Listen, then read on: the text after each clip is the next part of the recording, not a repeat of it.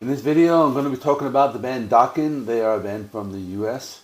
They are a glam metal band, and the album is called Back for the Attack, released on November 2nd, 1987, celebrating its 35th anniversary.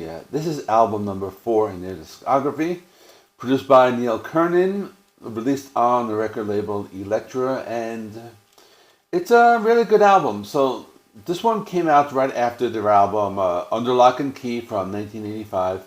And in that one, a lot of critics thought it was a little more in the glam metal direction, I guess you can say. But this one is very good. I gave it a listen a few days ago for the first time in like a really long time. And I was actually surprised. I enjoyed it more than I thought it was.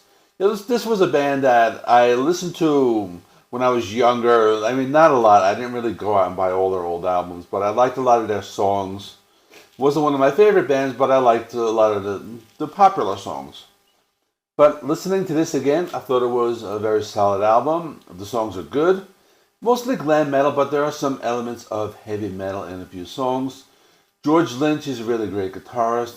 Don Dokken's vocals are really good. And for that reason, I decided to do a review. So, in the band at that time, we had Don Dokken on lead vocals, George Lynch on guitar, Jeff Pilson on bass and background vocals, and Wild Mick on drums and backing vocals.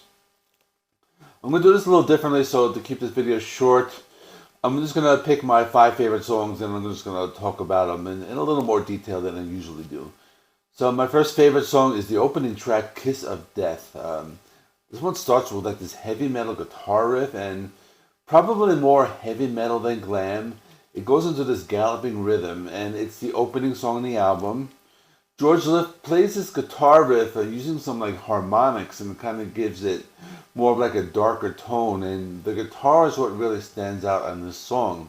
Now I think like the main guitar riff is what makes this song. The lyrics are interesting. They kind of delve into topics like talking about topics of temptation and lust, creating a scenario where like the devil appears as a woman and it tempts a man.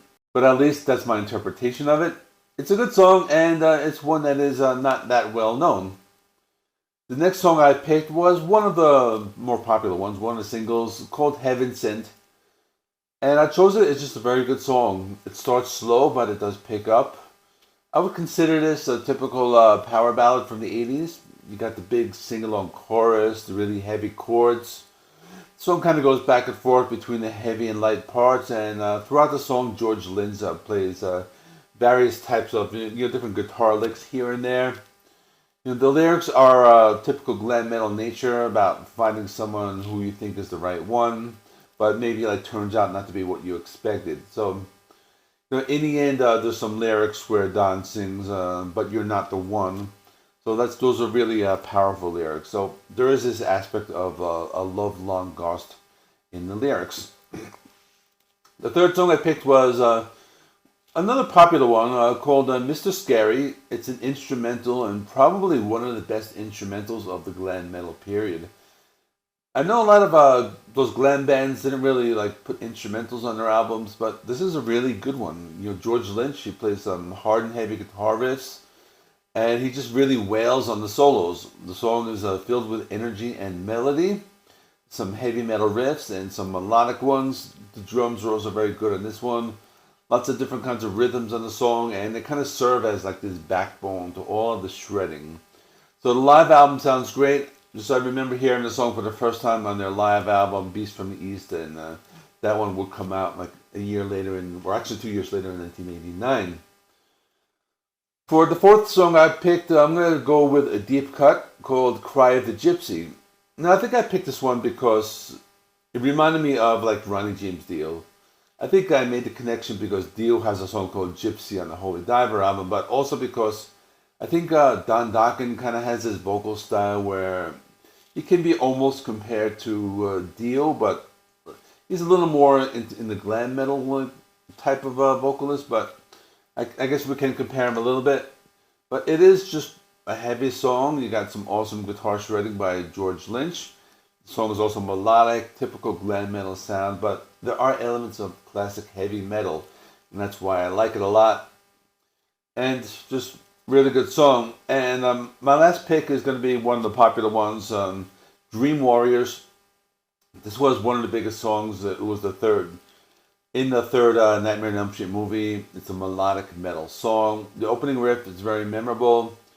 The song is very melodic. It just mixes these clean and distorted guitar riffs. And it's another song that has that traditional glam metal sound, but a very melodic guitar solo. And, most of those solos are very good.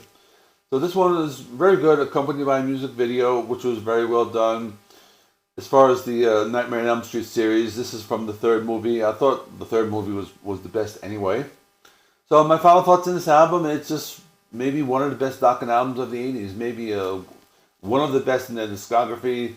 If I did a ranking, I don't know, it would come up high. I can't say it would be number one, but it might be number one. Production's very good, very crisp and clear. You hear the guitar riffs very good. You hear the guitar chords, you hear the instruments very well. I think this is a good album for if you're somebody who doesn't like glam metal, but you want to kind of like something that's like a little more in the heavy metal vein.